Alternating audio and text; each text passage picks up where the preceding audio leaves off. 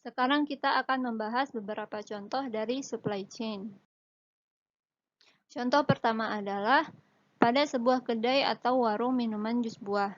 Di sini terdapat warung minuman jus buah yang kita sebut saja dengan warung jus Unan. Untuk melakukan penjualan ini, maka bahan-bahan yang diperlukan oleh warung jus Unan ini adalah antara lain buah-buahan, kemudian gula atau pemanis buatan lainnya, serta gelas, sedotan, dan kantong plastik. Maka untuk mendapatkan bahan dan barang-barang tersebut, warung jus Unan akan mendapatkannya dari berbagai distributor.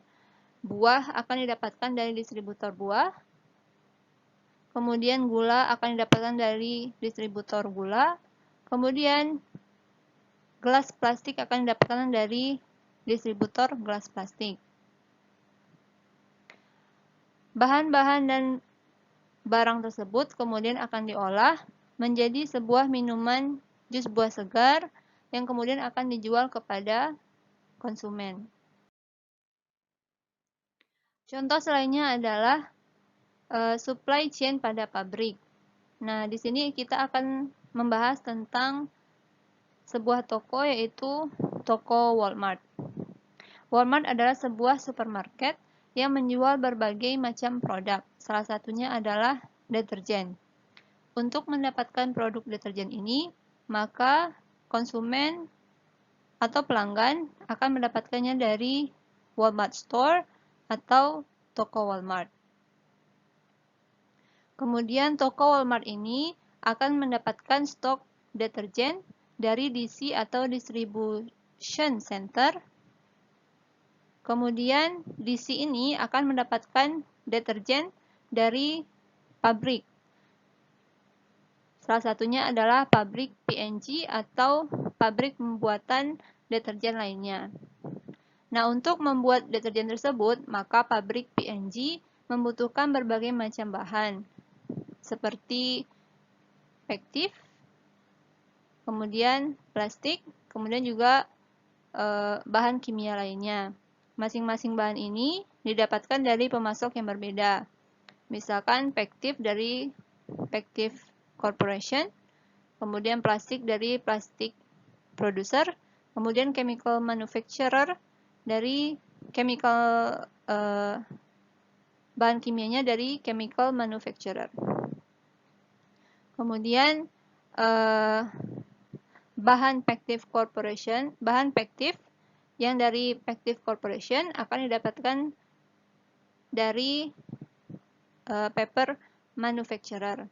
Kemudian paper manufacturer ini akan membutuhkan timber yang kemudian akan didapatkan dari timber company. Nah, dari dua contoh sebelumnya, maka jika digambarkan, supply chain dapat digambarkan menjadi bagan berikut. Jika diperhatikan, pada gambar ini terdapat dua pemasok, yaitu pemasok tingkat 1 dan pemasok tingkat 2. Dan masing-masing pemasok 1 ini akan mendapatkan pasokan elemen, komponen, bahan mentah yang mereka perlukan dari pemasok tingkat 2 yang berbeda. Contohnya, pemasok tingkat 1 yang ini akan mendapatkan barang mentah atau material mentah dari pemasok tingkat 2 yang ini. Sedangkan pemasok tingkat 1 yang ini akan mendapatkan dua bahan atau material mentah, yaitu pertama dari pemasok tingkat yang ini dan pemasok tingkat yang ini.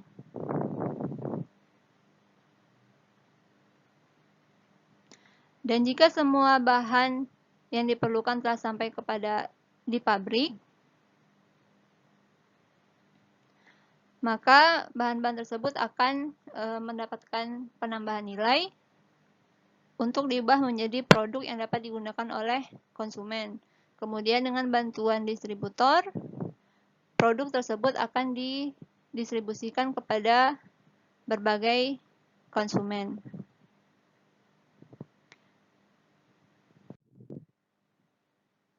Supply chain tidak hanya terdapat pada produk berupa barang, tetapi juga pada produk berupa layanan. Contohnya penyedia listrik, penasehat hukum, penyedia layanan perumahan, layanan konstruksi, software house, dan pemerintah.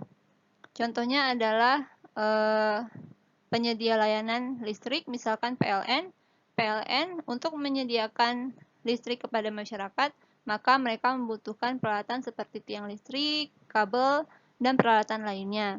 Kemudian mereka akan mendapatkan barang-barang tersebut dari supplier, kemudian akan diolah sehingga menjadi sebuah layanan listrik yang dapat dinikmati oleh masyarakat.